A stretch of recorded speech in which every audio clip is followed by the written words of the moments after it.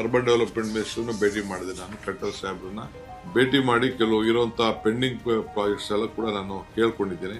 ಹಿಂದೆ BMRCL-2 ಈಗೇನ್ ನಾವು ಮಾಡಿದೀವಿ, ಜುಲೈ 10ರಲ್ಲಿ ಆಗಿದ್ದಂತ ಒಂದು DPR ಅಂದ್ರೆ 15 ವರ್ಷದ ಹಿಂದೆ ಆ 26,000 ಕೋಟಿ ಇತ್ತು, ಈಗ 40,000 ಕೋಟಿ ಆಗಿದೆ. ಅದು ಸ್ವಲ್ಪ ಡಿಲೇ ಆಗಿರೋದ್ರಿಂದ ನೀವು ಅಪ್ರೂವಲ್ ಕೊಡಬೇಕು ಅಂತ ಹೇಳಿ ಡಿಸೆಂಬರ್ 26ನೇ ತಾರೀಕು 6ರೊಳಗಡೆ ನಾವು ಅದನ್ನು ಮುಗಿಸ್ತೇವೆ 3Aಗೆ ಅಂದ್ರೆ ಫೇಸ್ 3ಗೆ.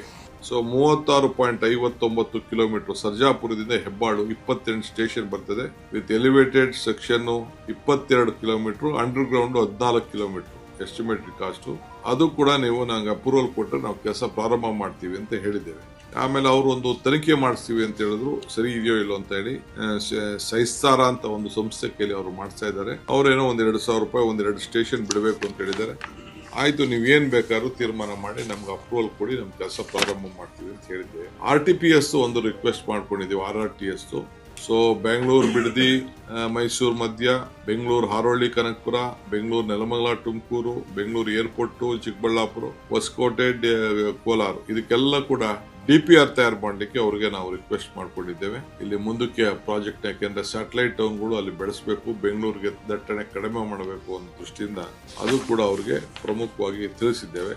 ಅದು ಕೂಡ ಅವ್ರ ಗಮನದಲ್ಲಿ ತೆಗೆದುಕೊಳ್ತೀವಿ ಅಂತ ಅವರು ಹೇಳಿದ್ದಾರೆ.